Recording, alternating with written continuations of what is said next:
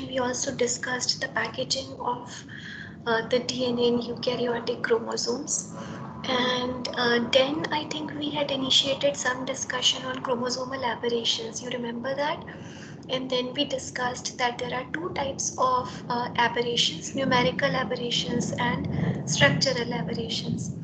So numerical aberrations are the aberrations when there is a change in the total number of chromosomes, and we discussed in the last class, we took the example of humans. So for example, there are 46 chromosomes, so any deviation, so it's 47 which is one higher, or 45 or 48, so any deviation in number actually is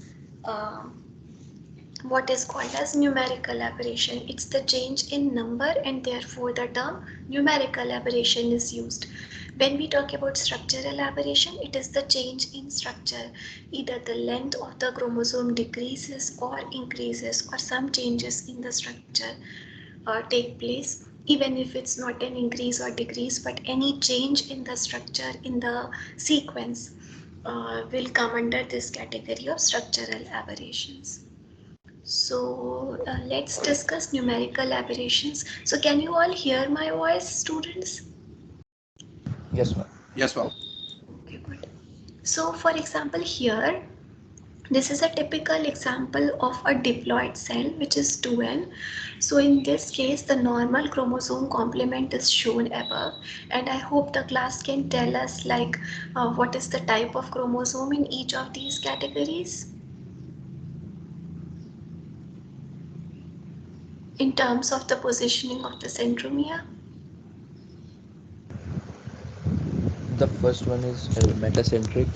Mhm. The second one is submetacentric, Yes. and third one is erocentric.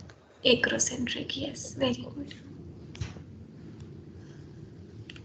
So when we say any changes in the number, so this is called as aneuploidy, and the above one, which is normal, is called as euploidy. So aneuploidy is, for example, when there is a complete loss of one set. So for example, you look at, so all these comparisons are, you are going to compare it with the above one, which is the normal chromosome arrangement. So in this case, the first category is called as nullisomy or nullisomic, and it is depicted as 2n minus 2. So 2n is diploid and minus 2 because there is complete loss of one set. So the fourth set is missing, and it is called as nullisomy because you do not have even one copy of that set. The entire set is missing, and therefore the term is used, which is called as nullisomy. The second one is called as monosomy, and it is depicted as 2n minus 1. So in this case, what you see is that in the fourth set only one chromosome is there and the other one is missing, so it is called as 2n minus 1. So the above one was 2n minus 2 and it is called as nullisomy, but the bottom one is called as monosomy because just one is missing, right? If you see the third row, it is called as doubly monosomic or double monosomy because in this case you have one set missing from one chromosome missing from fourth set and one chromosome missing from third set. So this is depicted as 2n minus 1, and it is called doubly monosomic.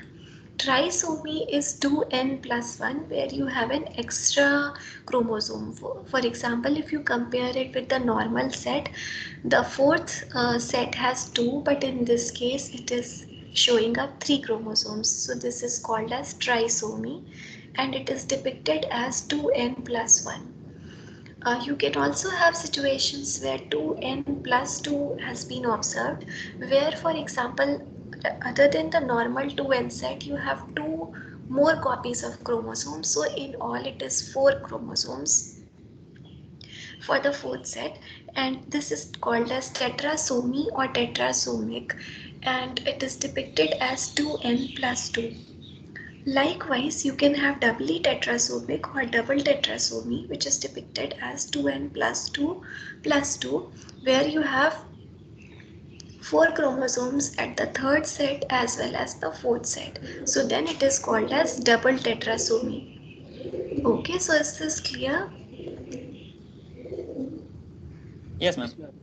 Okay, so you can, so you, if you are asked, so for example, what is not shown in this figure is the number. So for example, if we look at this one, trisomy, so this is a situation of trisomy, but it doesn't talk about which chromosome is actually present in extra copy. So in this case, you can depict it as trisomy 4, right?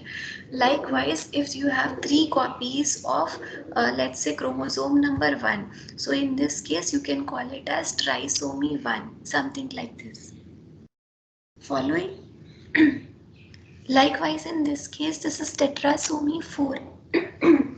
So you can again have situation where you have 4 copies of, let's say, chromosome number 3. So in this case it will become tetrasomy 3. Is it clear, class? Yes, ma'am. Okay, okay. So then let's have a look at some of the typical examples. So chromosome 21 trisomy in humans is the result of Down syndrome, where chromosome number 21 is actually present in 3 copies, and the individuals actually survive up to an age of 50 to 60 years, but then they suffer from heart problems, hearing loss, and they also show a mental retardation. The disease is called as Down syndrome. The other case is trisomy 13, again in humans. The syndrome is called as Patau syndrome. In this case, the 13th chromosome is present in 3 copies. This is actually a serious condition with only 5% of babies survive past their first year. And the symptoms include small head, extra fingers or toes, trouble in breathing, and particularly when they sleep. So, this is again a difficult situation. Uh, the third example is trisomy 18. So, you can have 3 copies of the 18th chromosome. The disease is called as Edwards syndrome, and again, only 10% of babies with this disorder survive past their first year. They also suffer from heart problems, breathing problems, and mental retardation. So, mental retardation actually is observed in all the 3 trisomies, trisomy 21, trisomy 13, and trisomy 18. The next one is called as Klinefelter syndrome. This is when you can have 47 chromosomes, but then in this case there are examples where you can have even 48 or 49 chromosomes. The syndrome is same. It's called as Klinefelter syndrome. You can have XXY, double XY, triple XY, or 4 times X and Y. So this is a situation which is observed in males, which are they are usually taller than the average height, and then in most of the cases this results in infertility. And this does not cause this is not as severe in the sense that not many of the individuals suffering from this disease, they suffer from mental retardation. Some of them have normal intelligence as well. The next one is called as 45X. So in this case, the disease is called as Turner syndrome. The in this case again, the individuals suffer from heart disease, swelling of hands and feet. They have broad chest, and then they also have mental retardation. So in this case, when we say 45X, so this is a situation when you have, we also called it as monosomy X. So monosomy X means you have only 1 copy of X chromosome. So hope it is clear to everyone. Yes, ma'am. Now the point is what causes this numerical aberration. So what are the causes? So the causes are, when we talk about numerical aberration, it is a change in number So can you think of a reason, class? What is causing this numerical aberration? Dividing be an extra. Yes, Agrim? When there was like mitosis, chromosome must have been during the reproduction phase.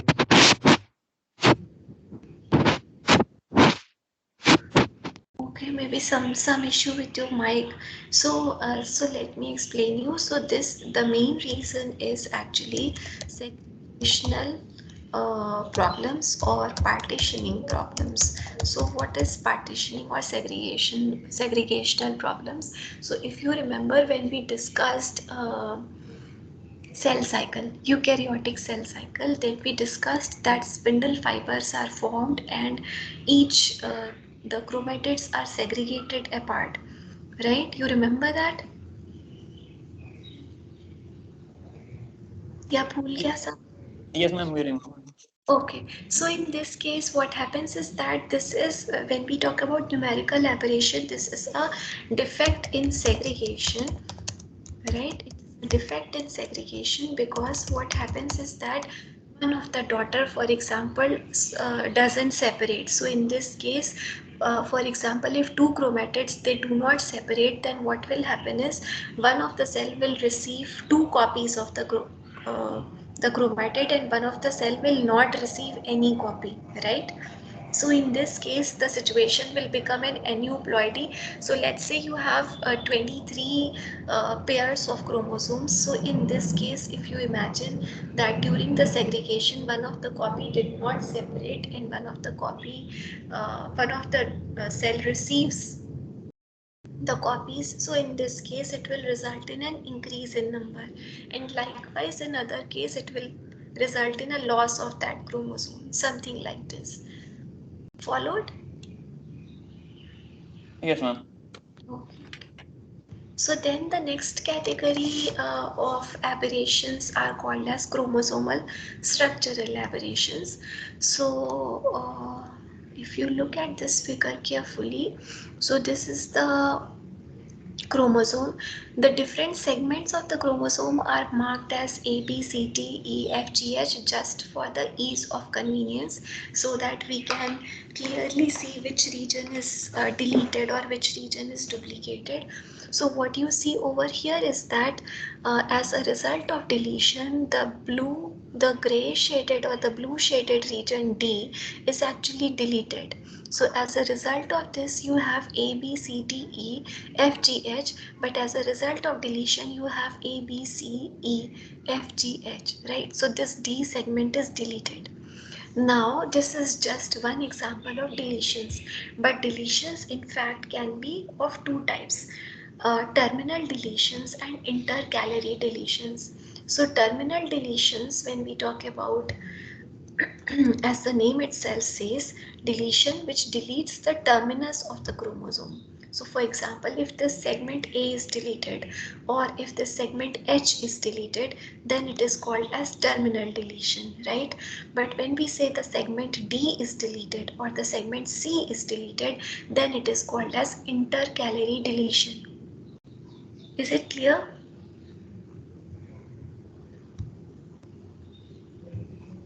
Yes or no? Yes, ma'am, it is clear. Terminal deletions means they are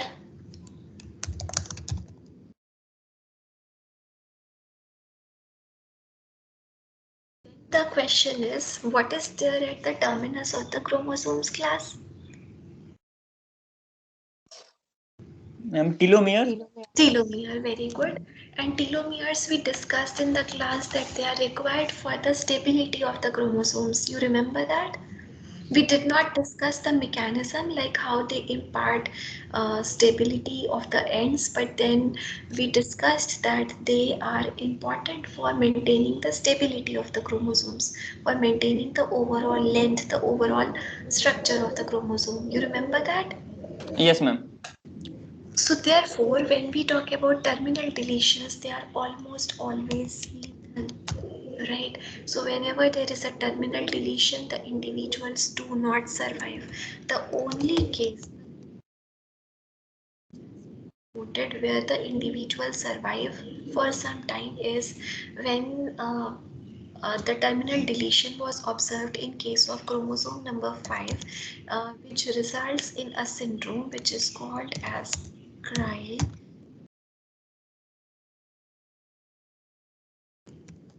syndrome or cat.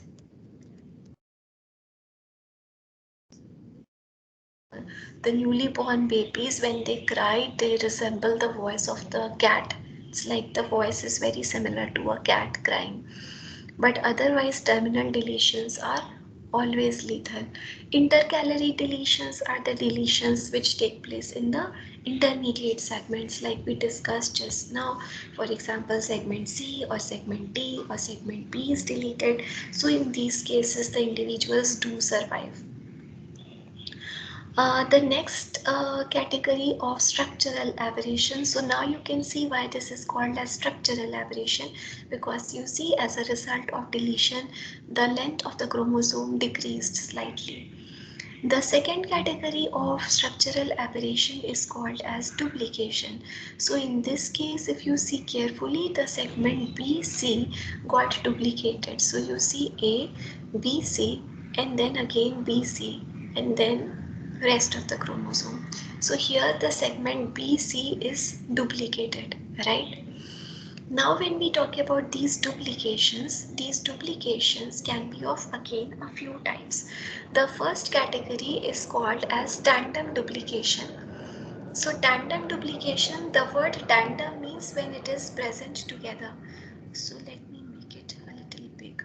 So tandem duplication, so for example in this case, this is the normal chromosome. Please pay attention to the B and C segments which are shaded in purple and yellow. So when we say tandem duplication, it is BC and BC. So they are repeated in tandem. That means BC is present in tandem, right? So this is called as tandem duplication. The second situation is called as reverse tandem. So in reverse tandem, duplication has taken place, but then the orientation has reversed. So for example, BC is now becoming CB. So it's inverted, right? It's called reverse tandem. Followed or no? And then the third category is called as terminal tandem. So terminal tandem, if you see the brackets over here, so AB and then AB. So here the duplication is tandem, but since it is present at the terminus, it is called as terminal tandem, right? And the last one is called as displaced tandem. So for displaced tandem, you see, for example, so this is tandem, this is reverse tandem, BC and CB, and in case of displaced tandem, you see that duplication has taken place, but then the position is displaced now. So BC is duplicated, but then it is not present in tandem, it is displaced apart. Followed class? Yes, ma'am. Yes, ma'am.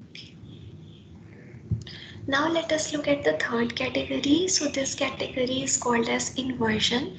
So inversion means something got inverted. So for example, in this case, the situation is A, B, C, D, E, and you are going to pay attention to the shaded segment B, C, D. As a result of inversion, see, the whole B, C, D got inverted and it is now D, C, B. So the sequence is now A, D, C, B, right?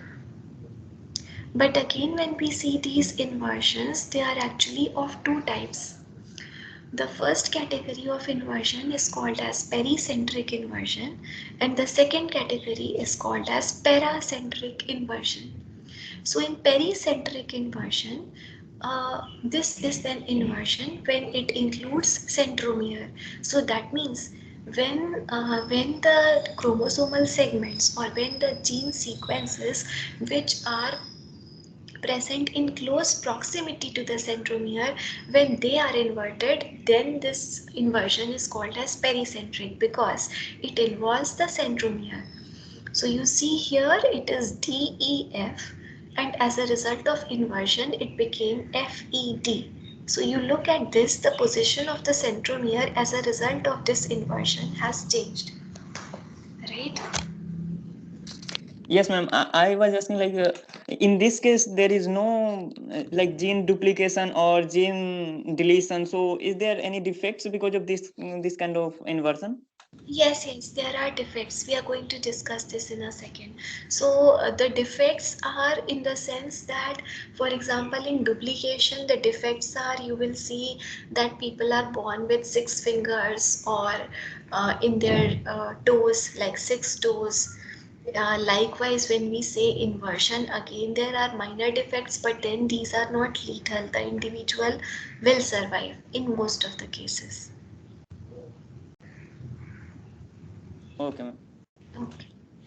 Then the second category is paracentric inversion. So paracentric inversion is when it does not include centromere. So for example, you see A, B, C, D, E, and this region got inverted, which has nothing to do with centromere. So then as a result of inversion, it became D, C, B.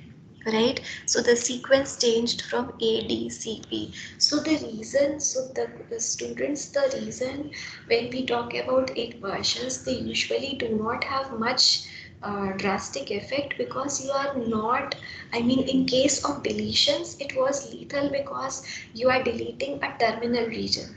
Some deletions, some intercalary deletions are also lethal because you are deleting a segment which could be important, right? But when we talk about duplication, you are not deleting the things. So the genes which are essential for the survivability, they are all there. In fact, at times they are present in extra copies, right? Uh, Likewise, when we say inversion, the genes are already there, so very rarely it is lethal. Alright. The next category is translocation. So translocation is when a segment of chromosome gets translocated from one. So again, in this case, there are a few examples. Let's discuss all of them. So you can have non-reciprocal translocation, which can be intrachromosomal or interchromosomal, and the second one is reciprocal translocation. So let's see. So please pay attention over here. So if you see the first category, this is called as non-reciprocal intrachromosomal translocation. Intrachromosomal means within the same chromosome. So you see here A, B, C, D, E, F, G, H. So this BC, right, this BC gets translocated. So in this case, the sequence becomes A, B, E, F, and then you have BC, and then you have GH. So this is called as non-reciprocal but intrachromosomal translocation. That means within the same chromosome, the segment got translocated. So don't get confused with duplication, because in this case BC has not duplicated. Just the same segment BC has got translocated to a different position, right? The second one is non-reciprocal interchromosomal translocation. So see the difference. The first one is intra, the second one is interchromosomal. So that means from one chromosome to another chromosome. So you see A, B, C, D, E, F, G, H, and here it is M, N, O, P, Q, R. So in this case, the BC from one of the chromosome gets translocated to the second one, right? So in this case, after MN, you will see the BC getting translocated here, right? Yes, ma'am. But how can it happen? Like one chromosome, like BC, how can it go into different chromosome? Right. So this is a consequence of crossing over. So what happens is that during recombination, when you have non-sister chromatids, they cross over. So in this case, these kind of defects takes place. So most of the structural aberrations, they are the result of crossing over and homologous recombination defect. They are not the defect of segregational stability. They are usually the defect of crossing over. Okay. Okay, ma'am. In case it is not clear to you, I will email you the mm, or so we discussed during eukaryotic cell cycle, we discussed mitosis, but what we did not discuss was meiosis. Have you people studied this? Otherwise maybe I will uh, uh, email you some notes, and then you can I mean some chapter references, and then you can have a look, and then if you have doubts, then we can discuss, because cell cycle is not part of the course, but still we can discuss. So what happens is that in meiosis you have different stages like leptotene, zygote, pectine, and in one of the stages crossing over takes place. The junction is called as chiasmata. You remember? I do not know whether you have studied all of these, but then during crossing over these defects actually take place. Have you studied this before in any of the courses like SBN or micro? Ma'am, Not in ma'am, depth.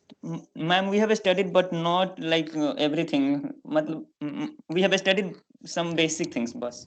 Okay. Yes. Vishnuka, you were saying something Mama said we haven't studied meiosis or mitosis in depth. in depth. Okay. Yes, ma'am. Okay.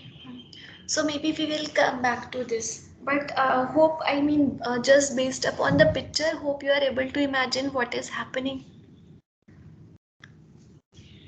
Yes, ma'am.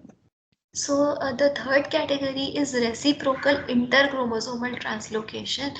So in this case, so this is reciprocal. So you have A, B, C, D, E, F, G, H and M, N, O, P, Q, R. So in this case, this is called reciprocal because in this case, it is kind of exchange. So AB moves to this chromosome and MNO moves to the first chromosome. So this is called as reciprocal interchromosomal translocation. Followed? Yes, Yes, ma'am. ma'am. Yes, ma'am. Okay.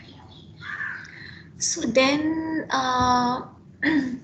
so then we are going to discuss the various genes and the non-coding DNA once we finish the prokaryotic genome structure as well, and then its localization. So I hope eukaryotic DNA packaging and the chromosomal aberrations, this part is completely clear to everyone. Yes, ma'am. It is clear now. Okay. And this is also covered in class chapter 8 of molecular biology or gene. Yes, ma'am. It is clear. Eukaryotic chromosome organization. Okay, so then we had discussed prokaryotic genome organization in a little bit detail, but what we did not discuss was the cell cycle. Did we discuss this or no?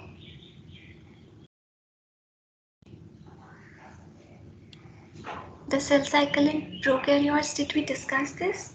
You remember that or no?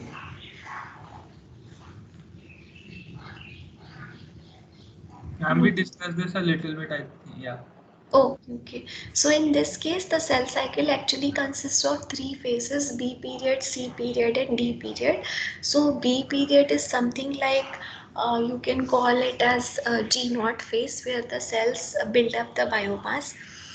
And then C period is the DNA replication period, which is similar to the S phase in eukaryotic cell cycle. And D period is the cell division period, which is similar to what is mitosis in case of eukaryotes. So in prokaryotes, you have B period, C period, and D period. D period is cell division, C period is DNA replication, and B period is when the cell builds up the biomass. So the reason I brought this cell cycle is that prokaryotic genome structure also changes with respect to the cell cycle. So the localization of the various chromosomes, chromates or plasmids, they can vary depending upon the cell cycle. So now the question is how to observe prokaryotic chromosomes or chromates. And also I think we discussed chromates. So this is the reference for chromates class. So this is a research paper published in Cell. So if you type this in Google, you will get this the entire paper out. So this paper talks about the introduction of the term chromate, which is not a chromosome and not a plasmid. This is the typical cell cycle of a bacterial cell. So what you see is the chromosome. What is shown in purple is the origin of replication. And then you see that how the origin of replication initiates, and then the origin moves away farther, and then finally it moves to the other position, to the other half of the cell. The entire chromosome is now duplicated, and then the cell divides. As a result of symmetric division, two equal sized daughter cells are formed. But then this division is not always symmetric. So for example, in bacterial cells like E. coli, like some of the other gram-negative bacteria, for example Pseudomonas, Acinetobacter, Citrobacter, we see symmetric cell division. But for example, in members of actinobacteria, you will see asymmetric cell division. So in this case, one of the cell will be smaller and one of the cell will be larger. Right. Likewise, when we talk about bacillus, again you have asymmetric division. So one of the cell will form spore and that will be smaller, and the other one will be vegetative cell. Likewise, you have another example of Colobacter crescentus. So in this case, again, as a result of cell division, you actually form two different types of cells. One is called as a swarmer cell because it is motile, and the other one is called as stalked cell. Stalked cell, the term stalked is used because it is immotile. So now the question is how the genome organization changes, because at times you have symmetric division and at times you have asymmetric division. At times you are forming a swarmer and a stalked cell, and at times you are forming a sporulating cell. So in this case, to observe the chromosomal localization, the technique that is used is actually called as, so one of the technique we had discussed already, so you can use FISH, which is fluorescence in situ hybridization, in case of prokaryotic cells. Then the limitation of FISH is that it requires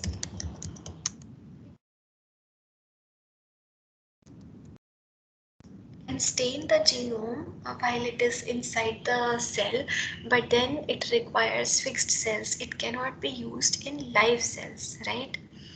So when we talk about live cells, now the question is, why do we require live cells for observing the genome? Why not fixed cells are enough?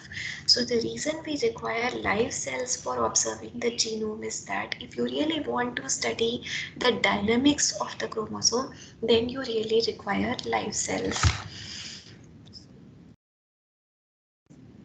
The technique used is called GFP tagging. And when we say GFP tagging, so the way it works is that you can use general DNA binding proteins. You can use certain specific DNA binding proteins and fuse these proteins with GFP. Now tell me what will be the consequences if we have general DNA binding proteins fused to GFP. So general DNA binding proteins ke examples are like, for example, IHF, HU or FIS. So if we fuse GFP with the general DNA binding proteins such as IHF, HU and FIS and then transform it in a cell, then what will happen? Ma'am, what is GFP? I didn't know. Oh, acha, I'm sorry. Green fluorescence protein is green fluorescence protein. So the reason it is called as green fluorescence protein, because this particular protein, it is small in size, 23 kilodaltons, and this protein can fluoresce. It gives green fluorescence when you observe it under a fluorescence microscope. So my question is, when we fuse this green fluorescence protein to general DNA binding proteins, and when these are present in the in the cell, then what will happen, class? I'm just Ma'am, checking. the general DNA binding protein will attach itself to some site and we'll observe the fluorescence at that particular site. Correct, very good. But then the question is, Ashi, so you were right, the general DNA binding proteins will actually fluoresce, but then the point is that in this case, the term that we are using is general, right? So general means they are not specific. So when we fuse these HEOFIS or IHF to green fluorescence protein, then what will happen is you will see the entire chromosome more or less fluorescing, because these proteins are general DNA binding proteins. So they will bind almost everywhere. Like after every few bases, you will observe a binding site, correct? So therefore, you can actually observe the entire chromosome fluorescing. Followed, class? But when we talk about specific DNA binding proteins, so here when we say specific, that means they are, as she said, they are going to bind to certain specific sites.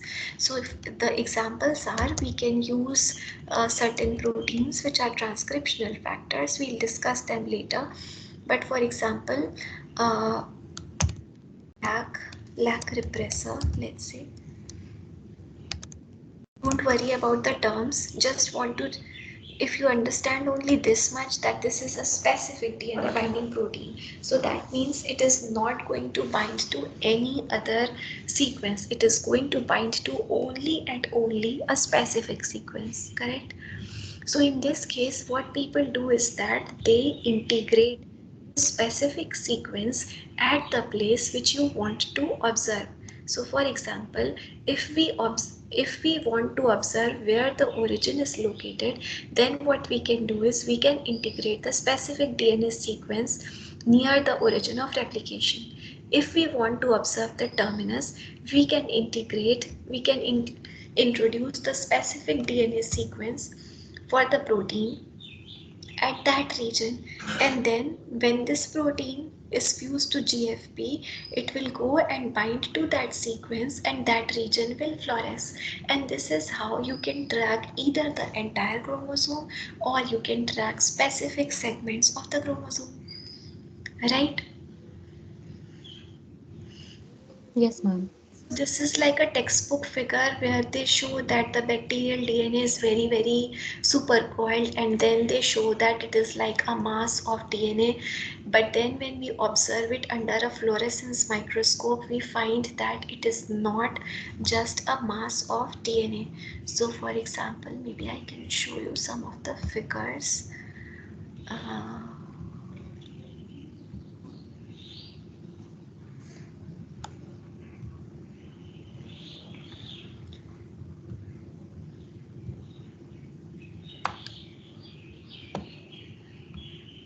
so for example, this is how the image of, so this is how the green fluorescence would look like.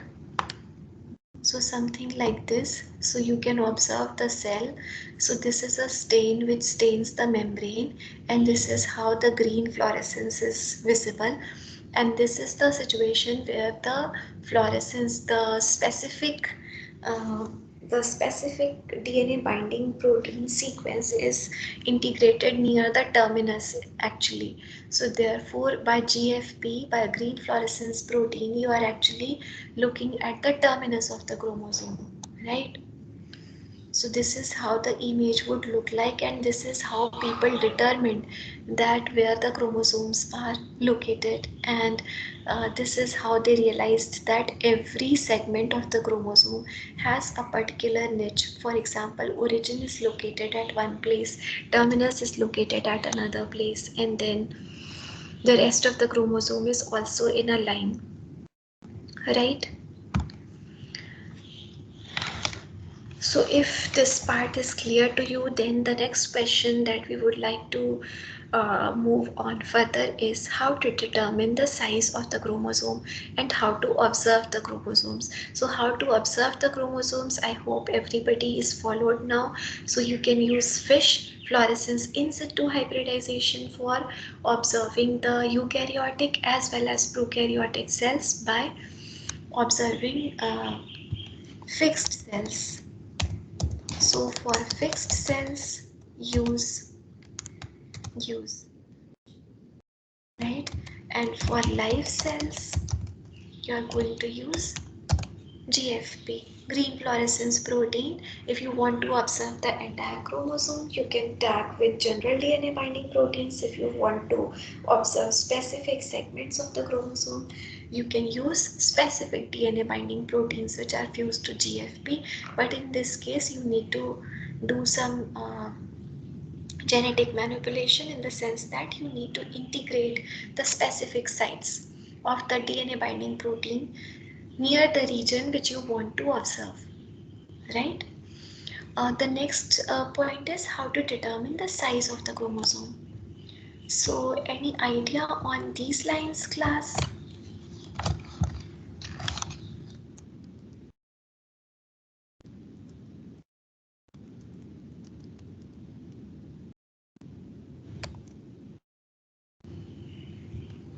Yes.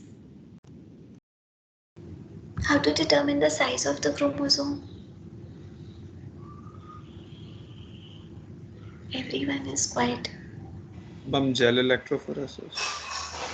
Okay, so yes, we can do gel electrophoresis, but then before that we need to do isolation of the chromosomal DNA. You need to isolate the chromosomal DNA and then you need to analyze the DNA. And for analyzing the DNA, like Vishantan mentioned, we can use gel electrophoresis. But what kind of gel electrophoresis?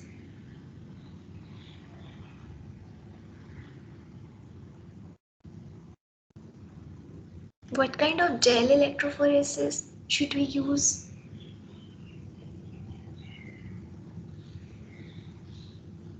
Arey, everyone is quiet. I do not know. Okay. Page. So we are going to discuss this then in a little more detail. So we are going to discuss all of these in a little more detail. We can use gel electrophoresis. We can use Akeros gel. We can use DGGE. We can use PFGE, and we can also use these polyacrylamide gel electrophoresis, simple Akeros gel electrophoresis, denaturing gradient gel electrophoresis, and pulse field gel electrophoresis. The only difference is the sizing of the DNA. So polyacrylamide gel electrophoresis can be used for separation of DNA, but it cannot be used for separation of chromosomal DNA. It is used for separation of small. Pulse field gel electrophoresis is the method which is used for determining the size of the chromosome, right?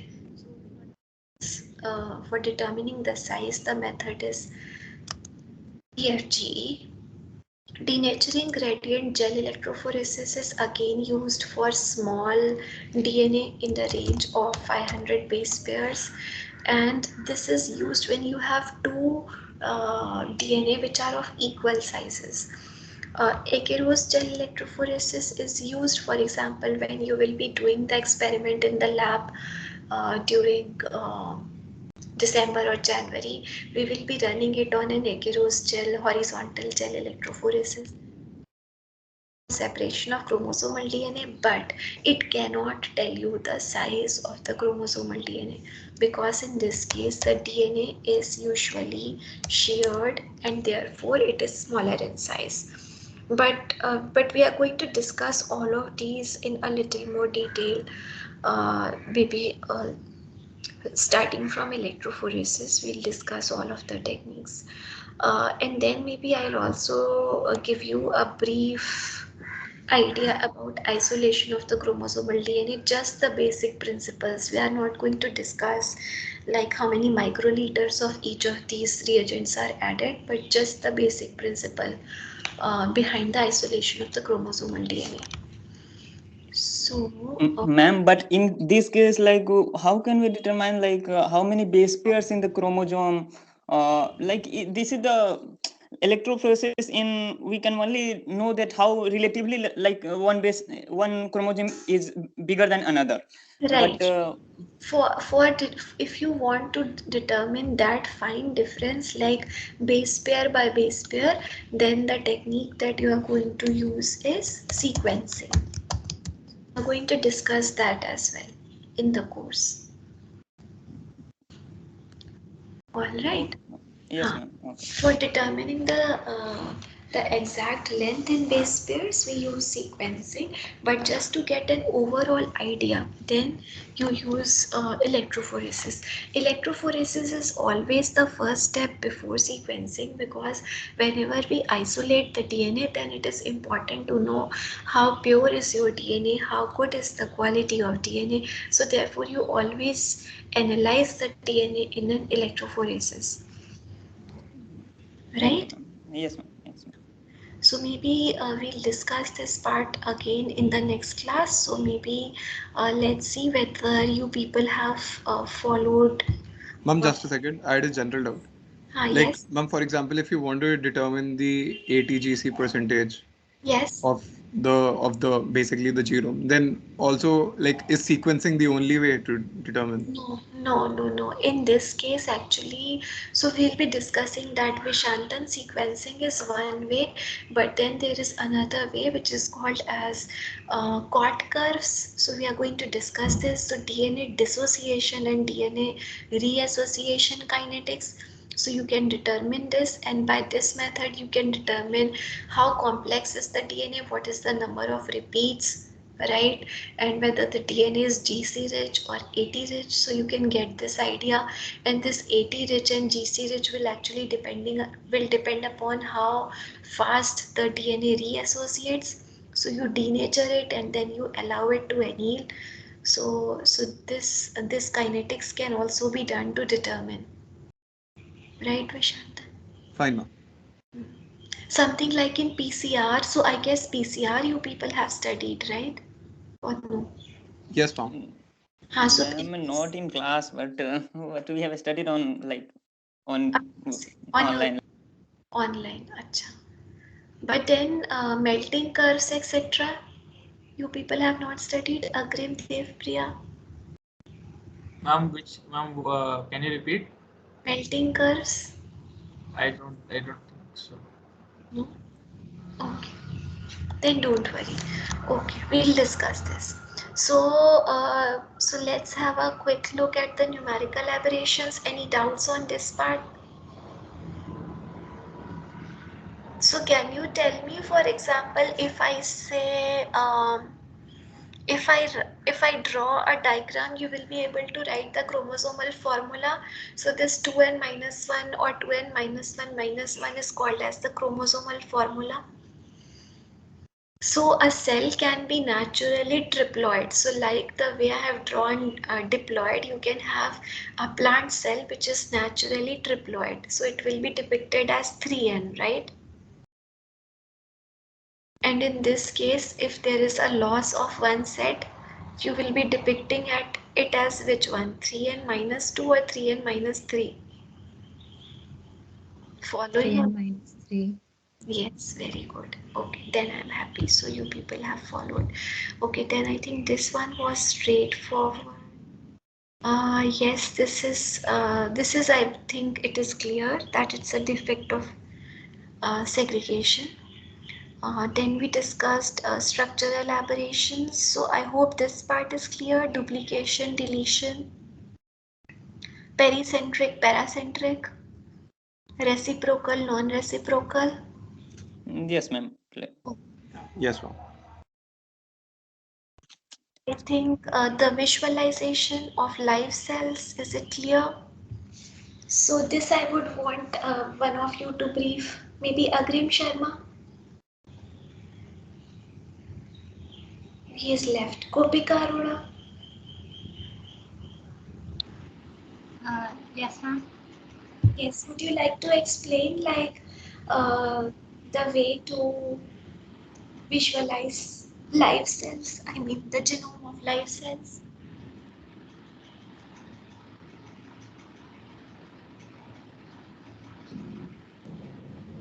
GFP. Yes, DFP. Very good. And what is DFP class? Bhavya Agarwal. Not there. Okay. GFP is green fluorescence protein. And Yes, DFP is green fluorescence protein, right? But then how to observe the genome in live cells? Dhwani?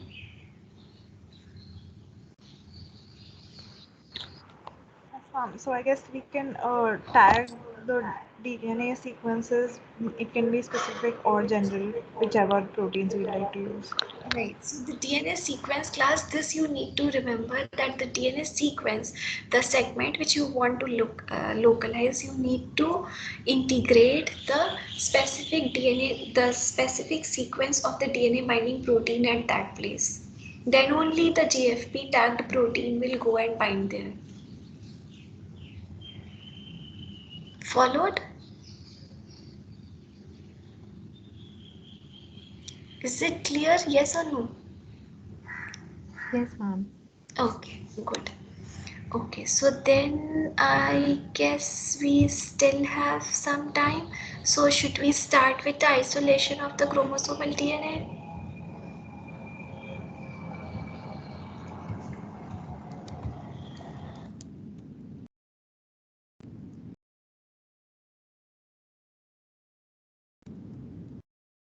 Talk about isolation of chromosomes. The first step is the lysis of the cells.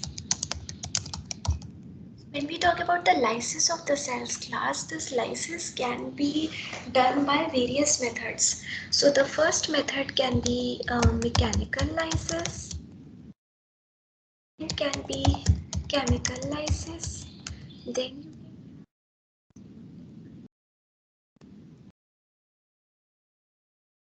you can have freeze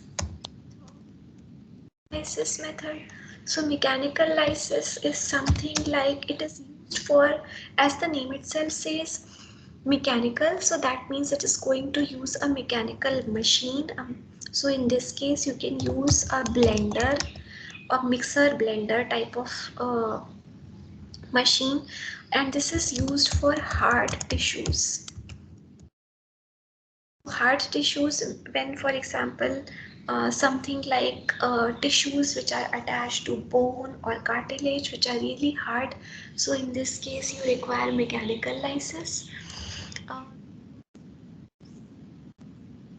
Pressure lysis employs a technique called French press. This equipment is there in our UG lab, so when you will join the department for practicals, you can see that, and you will be performing experiments for the course bioseparation engineering. So this is called as French press, and this is used for plant cells. So for example, students use spinach leaves and then they try to isolate the chromosomal DNA. So in this case, you can use French press, and this uses very high pressure for lysis. The third method is chemical lysis. So when we say chemical, we can use actually hypertonic solutions. You can use sucrose or glucose. So you can use hypertonic solutions, as a result of which cells burst. This is almost always.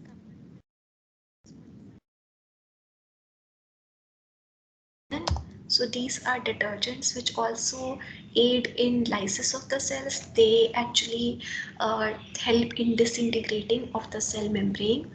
Osmotic lysis will also come in the same category because you are using hypertonic solutions. In this category, actually, use the term enzymatic lysis. So when we say class enzymatic lysis, this is used mostly with bacteria, and the enzymes that are used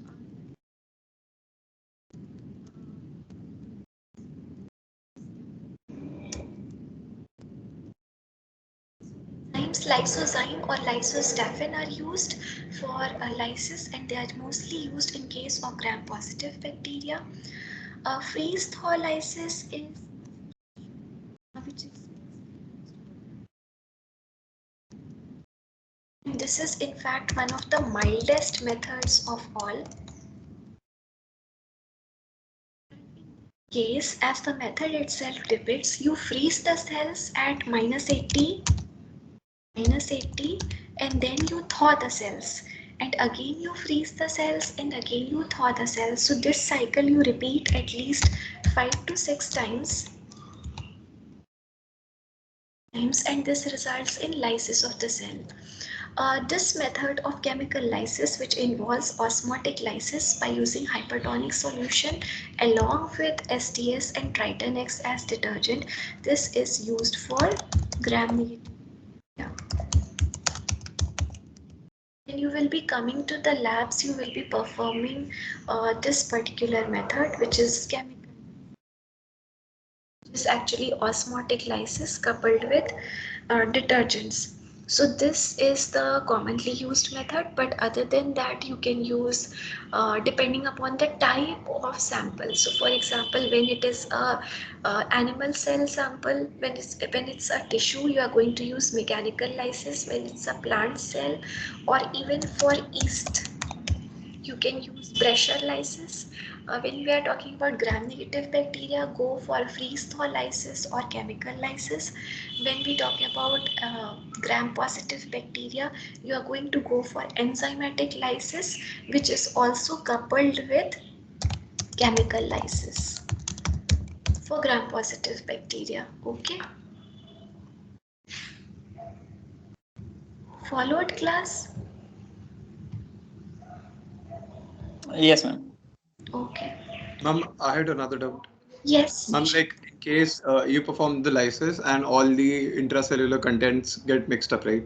Right. So, like, how do people basically separate, like, say, the nuclear DNA from, say, the mitochondrial or the Right. plastid DNA? Right. So in this case, Vishantan, this is usually in case of plant and animal cells. So the method that I have discussed just now, they are general methods for isolating the total DNA. But if you are interested in isolation of DNA from mitochondria or chloroplast, then in this case, this has to be preceded by differential centrifugation. You can also use what is called as density gradient. So in density gradient centrifugation, you are going to run ultracentrifuge. The equipment is called as ultracentrifuge, and in an ultracentrifuge, depending upon the density of these organelles would separate out. So therefore, for example, ribosomes will be having the least density, the nucleus will be having the highest density, something like this. So depending upon the density of the different organelles, you are going to separate out the different organelles first, and then you are going to isolate the DNA using the methods that we discussed just now, just the lysis methods.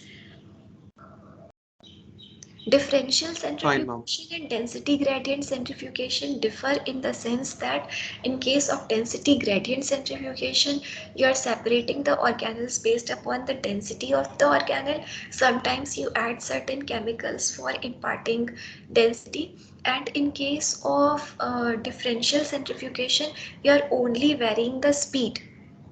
So you keep increasing the speed of the centrifugation and you will collect different fractions.